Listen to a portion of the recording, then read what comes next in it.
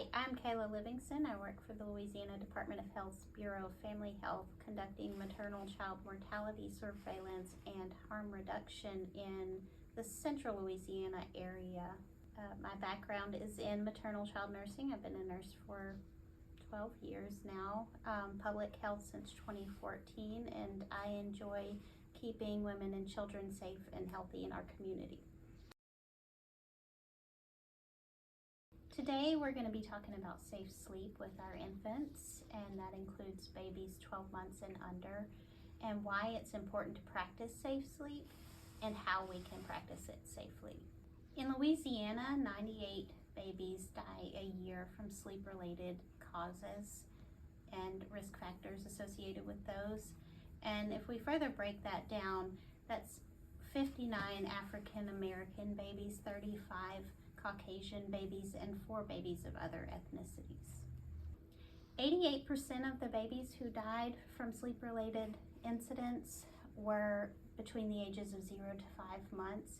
They were babies that should have made it to their first birthday and were seemingly healthy. So what is a sleep-related death? That is an infant death that occurs in the sleep environment while the infant is sleeping. It is unexpected and again occurs seemingly to a healthy baby otherwise. But unexpected does not mean unpreventable. So we can talk about terms like crib death and SIDS, which have been used in the past, that sound unpreventable, but actually, if it's related to the sleep environment, can be. So what can contribute to a sleep-related death? That can be a baby that is not sleeping on their back, so sleeping on their side or stomach, a baby that's sleeping with loose bedding, thick fluffy pillows, thick blankets, loose bedding, sleeping in an environment other than a crib or bassinet, sleeping with other individuals, pets, siblings, other adults on an adult surface rather than in their crib. It's important to remember that when a baby dies from unsafe sleep conditions, that they're not the only victim in the situation. The parents are affected, the grandparents, the other family members, the siblings, and it was never something that was done intentionally. This was an accidental death that occurred, and often it happens to first-time moms, but also experienced moms as well. So keep in mind that when you're thinking about infants who die related to unsafe sleep. What is considered safe sleep? So we use the ABCs for this. A being alone, B on their back, and C in their crib, away from anything that they could get tangled up in. So again, blankets, pillows, cords, things like that. And more about what safe sleep looks like. It is a baby in a crib or bassinet or other approved safe sleep space with just a fitted sheet, just the baby in their onesie. If you're concerned about the temperature, you can use a sleep sack, but otherwise alone on their back in a crib with no pillows, no toys, no stuffed animals, and that includes things like pacifiers with the toy attachments. The Wubba Nubs are very popular now. And we remind people that while you can use those while they're awake, just keep them out of the crib. And keeping the crib away from curtains, cords, things like that the baby could get tangled up in if they accidentally pulled it inside their crib.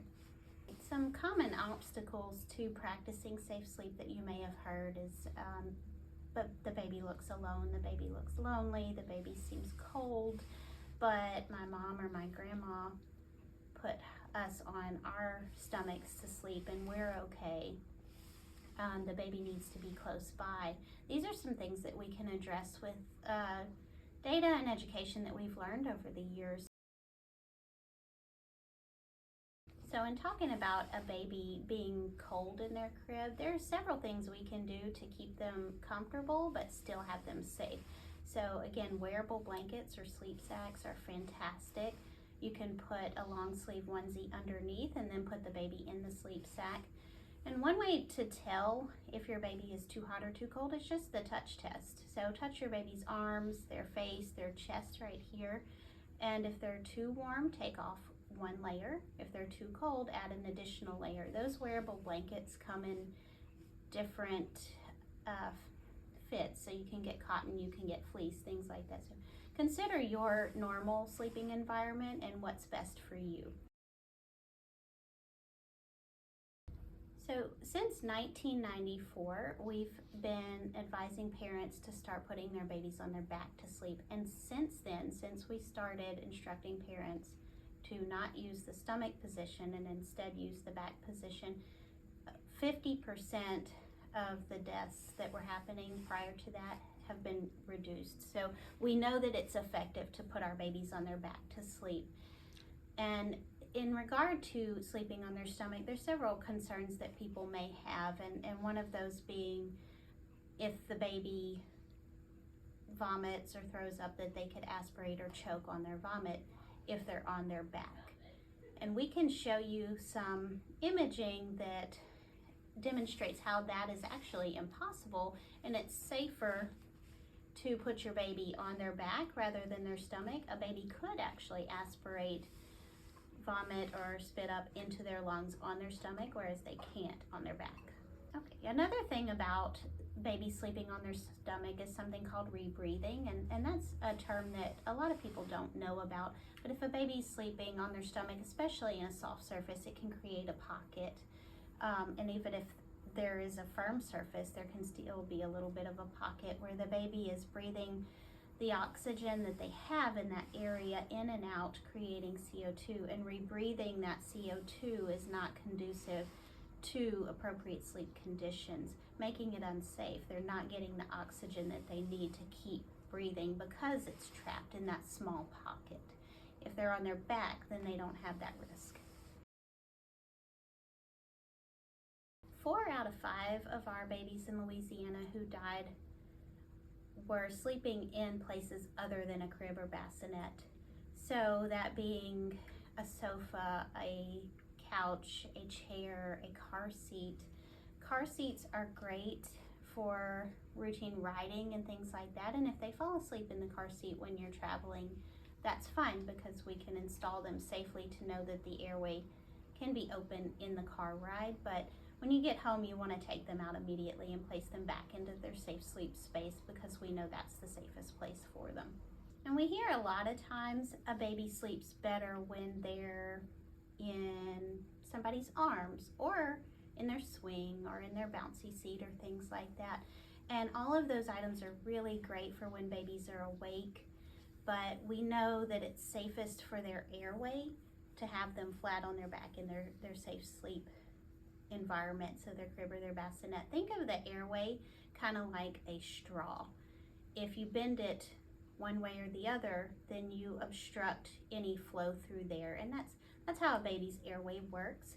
So you want to have it open at all times. And if they're bent in any way, say you're holding them in your arms or they're in a bouncy seat and their head falls forward, then that could obstruct their airway and they wouldn't be able to breathe, and you may or may not see that at the time, because it's not something that's necessarily visible to the untrained eye.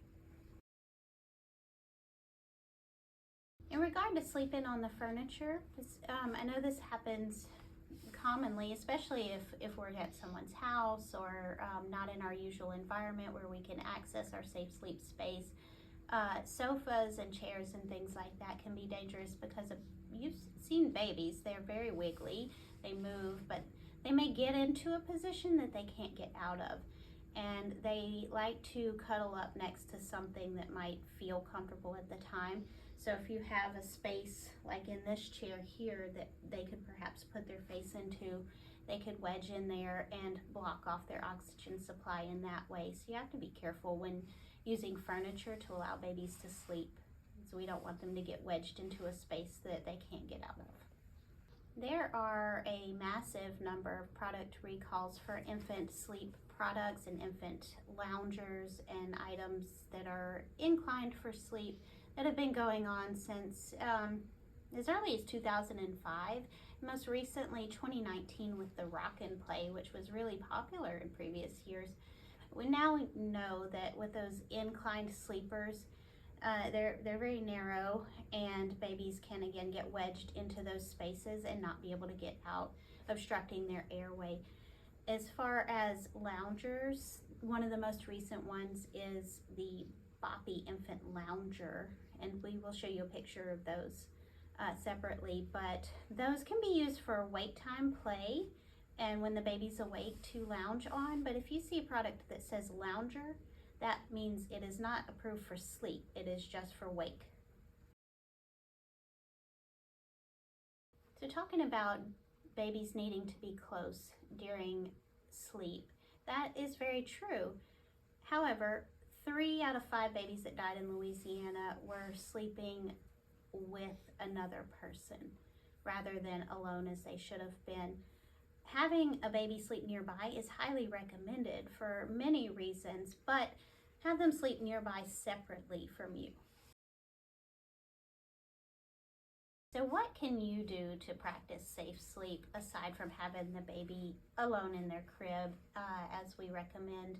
Having them sleep close to you, nearby, in a comfortable temperature, having a smoke-free environment, and easily accessed in your room if possible for the first 6 months of life or more. And people may wonder why we say to sleep in the same room as your baby, and it's actually not as scientific as it's made out to be. A baby comes with all of these internal alarms built in, which is really amazing. And some of them are just as simple as waking up when they hear somebody snoring, which is actually great. If a baby's in a compromising sleep position and you snore and it wakes them up, then they may stir and move just enough to assist with whatever compromise they were in. Or in that regard, you may hear if something's happening and you be nearby and you can run and go grab them. So actually, we like babies to wake up at night. It doesn't feel like that at the time, but it's a good thing that they wake up so often. It's kind of an internal sensor of if something's wrong, let's do something about it. A few more things you can do to assist with a safe sleep environment. One, if you choose to breastfeed, that's fantastic. That does assist with providing some immune properties and helping the baby not become as sick as often. And also having a plan for if you're overly exhausted. If you're able to have somebody as a support system in your home that can trade out with you if you're tired, or can help you while you breastfeed to stay awake, just whatever support that you need, especially in those new weeks after you have a baby, is crucial. Finding somebody that can assist you in staying awake and keeping your baby safe. Let's talk about tummy time. You may be wondering why we're talking about tummy time and safe sleep, but it actually has a really great correlation in that it helps strengthen the head and neck muscles in an infant as they start to grow and learn how to turn over on their own. You can actually start tummy time as soon as you get home from the hospital, and if you're uncomfortable doing it on a flat surface on the floor, you can start on your chest while they're awake and progress from there to a flatter surface. But typically somewhere between the months of 4 and 6, a baby really starts learning how to roll over and move their bodies more. So we want that head and neck strength to be better. And what better way to facilitate that than doing tummy time every day, multiple times a day while they're awake. That way, if they do happen to roll over, they're not able to roll back on their own. They can pick their head up and get out of a compromising position. As far as resources go, there are tons out there nationally, but we also have some here at home in Louisiana. So if you are looking for safe sleep information that you can share with your family or friends, or if you just want to brush up on some of the information, giveyourbabyspace.org is our Louisiana platform for sharing safe sleep information. We have videos, interactive games, handouts, anything you can imagine that you would like to use, as well as if you visit our Partners for Family Health website, we have our data information if you're more interested in the analytical side of things. We get calls fairly often for families who are in need of safe sleep spaces for their babies because with the changes in economy and rising costs of everything today, we know that those are not always accessible. What's great is many of the managed care organizations under Medicaid are providing free pack and plays as part of their perinatal programs. So check your plan. If you have, say, AmeriHealth Caritas or Healthy Blue or any of the Bayou Health plans, check and see what your benefits are, because you very possibly could receive a free pack and play as part of your incentives. Hi, my name is Abby Rose Bradshaw, and I'm the Marketing and Communications Specialist here at Sinlaw Pregnancy Centers. I want to encourage you to give this video a like, leave a comment below, and share it with someone that you know.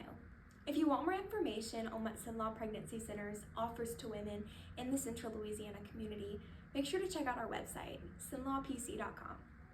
Thank you for watching.